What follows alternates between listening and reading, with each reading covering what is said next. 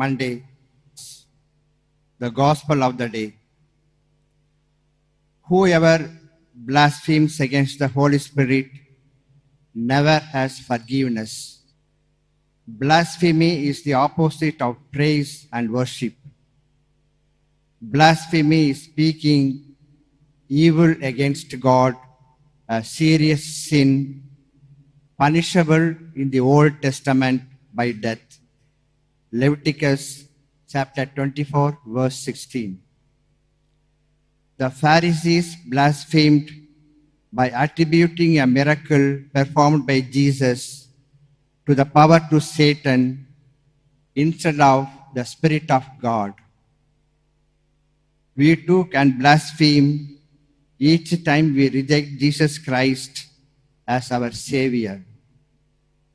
For to reject Jesus leaves no means by which God can grant forgiveness. Blasphemy against the love of God is unforgivable, for by this we close our hearts to receive God's forgiveness. அன்புலகம் படைத்திடுவோம், அன்பே இறைவனுக்கோம். ஆவியில் பங்கு கொண்டு அவருள் நிலைத்து நின்று இறைவனின் இல்லம் காண்போம். இன்பமே இறைவனுக்கோம். இயேசுவே இறை மகனாய் ஏற்பவர் மகளிரே. இறையவனோ நிலைத்திடுவார், மனிதனும் அவரில் நிலைப்பார். அன்புலகம் படைத்திடுவோம், அன்பே இறைவனுக்கோம். தந்தை மகன் தூய ஆவியாரின் பெயராலே ஆண்டவர் உங்களோடு இருப்பாராக. ஆன்மாவோடும் இருப்பாராக. அமருங்கள். இறையேசுவில் அன்பார்ந்த சகோதர சகோதரிகளே, அன்பார்ந்த தொலைக்காட்சி விசுவாசிகளே, ஜனவரி மாதம் பொது காலத்தின் 3ஆம் வாரம் திங்கட்கிழமை காலை திருப்பலியில் பங்கேற்றுக் கொண்டிருக்கிறோம். திருப்பலியை தொலைக்காட்சியிலும் இணையத்திலும் கண்டு ஒப்படுகின்ற குடும்பங்கள், வயதானவர்கள், நோயாளிகள், குழந்தைகள், இராணுவ வீரர்கள் அனைவருக்காகவும் இறைஞ்சுவோம். எழுந்து நிற்போம். எல்லாம் வல்ல இறைவனிடமும் சகோதரரே உங்களிடமும் நான் பாவியை ஏற்றுக்கொள்கிறேன். ஏனெனில் என் சிந்தனையாலும் சொல்லாலும் செயலாலும் கடமையில் தவறியதாலும் பாவங்கள் பல செய்தேன். என் பாவமே என் பாவமே என் பெரும் பாவமே. ஆகையால் எப்போதும் கன்னியான புனித மரியாவையும் வானதூதர் புனிதர் அனைவரையும் சகோதர சகோதரிகளே உங்களையும் நம் இறைவனாகிய ஆண்டவரிடம் எனக்காக வேண்டிக் கொள்ள மன்றாடுகிறேன். எல்லாம் வல்ல இறைவன் நம்மை இரக்கம் வைத்து நம் பாவங்களை மன்னித்து நம்மை முடிவில்லா வாழ்வுக்கு அழைத்து செல்வாராக. ஆமென். எபிரேயருக்கு எழுதப்பட்ட திருமுகத்தில் இருந்து வாசகம். இயேசு புதிய உடன்படிக்கையின் இணைப்பாளராய் இருக்கிறார். கடவுளால் அழைக்கப்பட்டவர்கள் அவரால் வாக்களிக்கப்பட்ட என்றும் நிலைக்கும் உரிமை பேற்றை பெறுவதற்கென்று இந்த உடன்படிக்கை உண்டானது. இப்பொழுது நம் சார்பாக கடவுளின் திருமுன் நிற்கிறார். கிறிஸ்து தம்மையே ஒரே முறை பலியாக கொடுத்தார். தம்மையே பலியாக கொடுத்து பாவங்களை போக்குவதற்காக ஒரே முறை உலகில் வெளிப்படுத்தப்பட்டார். மனிதர் ஒரே முறை சாவுக்கு உட்படுகின்றனர். பின்னர் இறுதி தீர்ப்பு வருகிறது. இதுவே அவர்களுக்கென உள்ள நியதி. அவர் மீண்டும் ஒரு முறை தோன்றுவார். ஆனால் பாவத்தின் பொருட்டு அல்ல, தமக்காக காத்திருப்பவர்களுக்கு மீட்பு அருளும் பொருட்டே தோன்றுவார். ஆண்டவர் வழங்கும் அருள்வாக்கு. இறைவா உமக்கு நன்றி.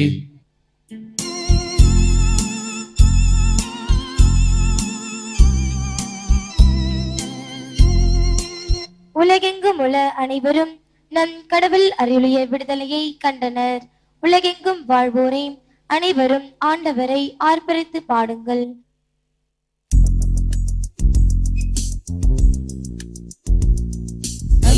அல்லேலூயா அல்லேலூயா அல்லேலூயா அல்லேலூயா. நம் மீட்பராகிய இயேசு கிறிஸ்து சாவை அழித்து அழியா வாழ்வை நற்செய்தியின் வழியாக ஒளிரச் செய்தார். அல்லேலூயா. ஆண்டவர் உங்களோடு இருப்பாராக. உம் ஆன்மாவோடும் இருப்பாராக.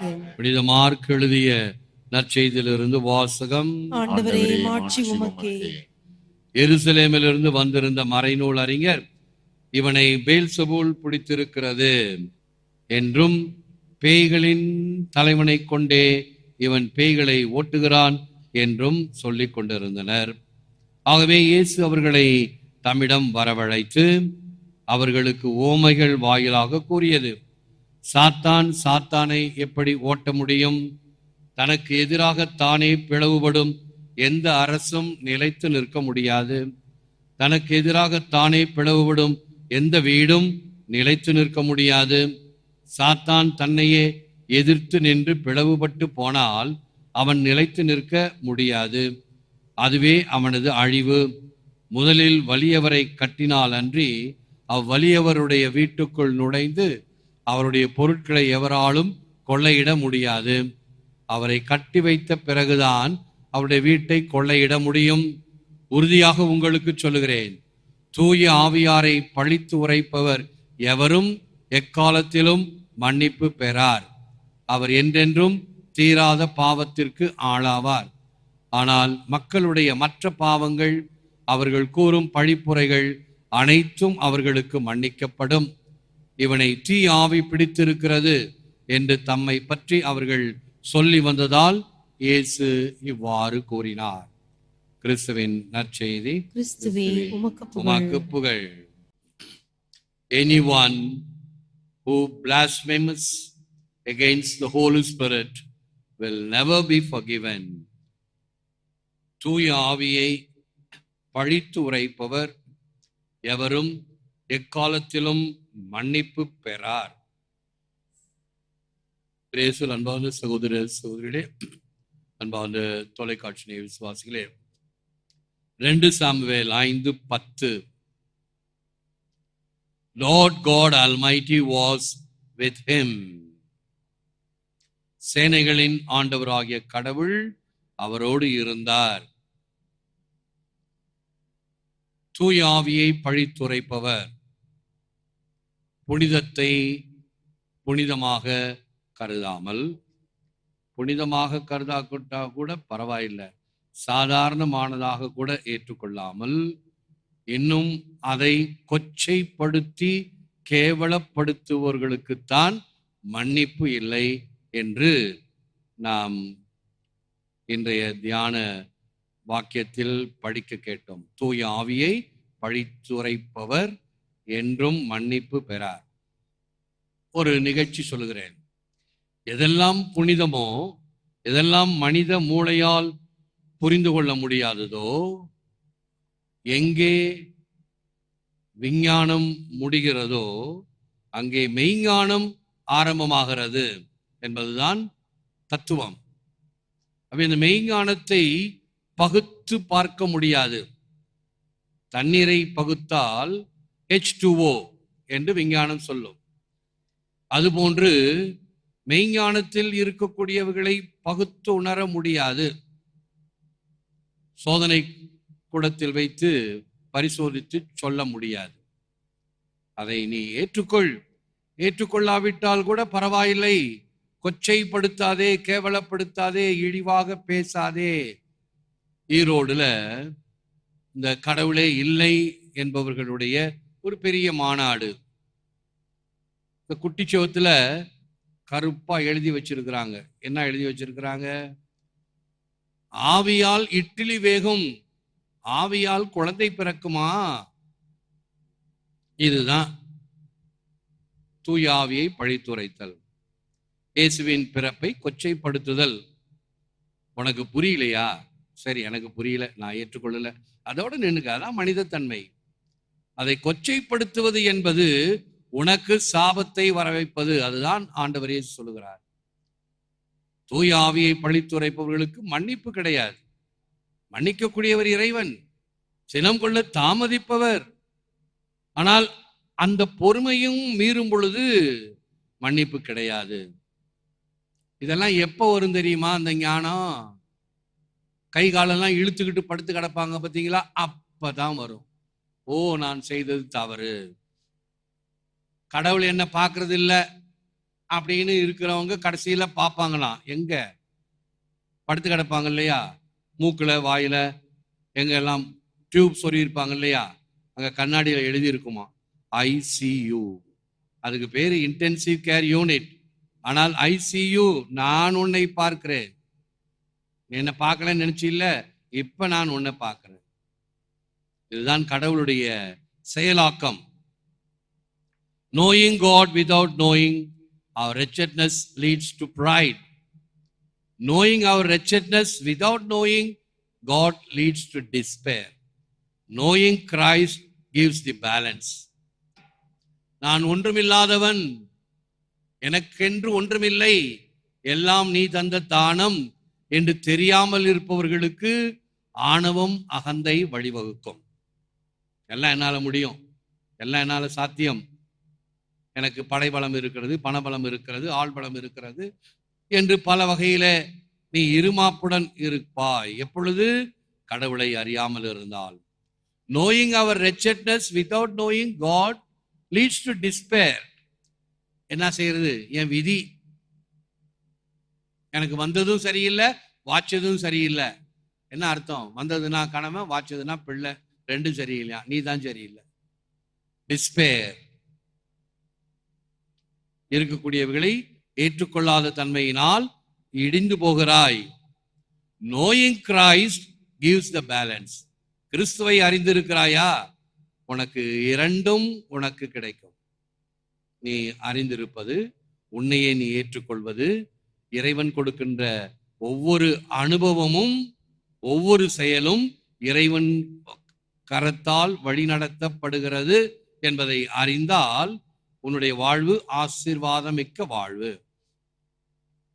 எனவே ஆண்டவரிடம் செபிப்போம், முழந்தாளிருங்கள். Lord Jesus, you are my hope and salvation. Be ruler of my heart. Be the ruler and master of my home. May there be nothing in my life that is not under your lordship.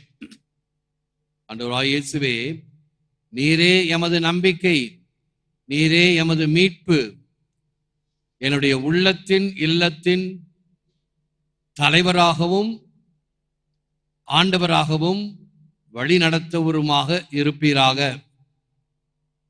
என்னுடைய வாழ்க்கையில் எதுவுமே உம்முடைய தலைமை பண்பினால் வழிநடத்தப்படுதலினால் நடத்தப்படுகிறது என்பதை எப்பொழுதும் ஏற்றுக்கொள்வேனாக. ஏற்று வரமருளும் இறைவா, காக்கும் கரங்களினால். ஆமென். ஆமென். ஆமென். ஆமென்.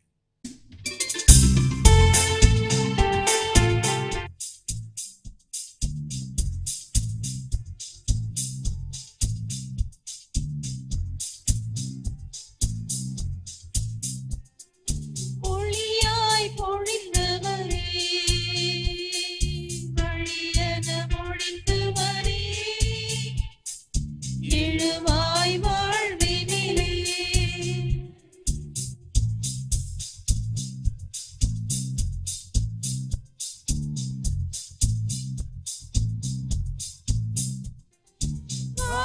ஞாலமின்று ஞாலமின்று கடவுளை உமை உண்டு. உதன் கோலம் போன்று காலம் போன்று இணைப்போமே, பேரின்பத்தில் திளைப்போமே. ஒளியாய் பொழிந்தவரே, வழியென பொழிந்தவரே, எழுவாய் வாழ்வினிலே.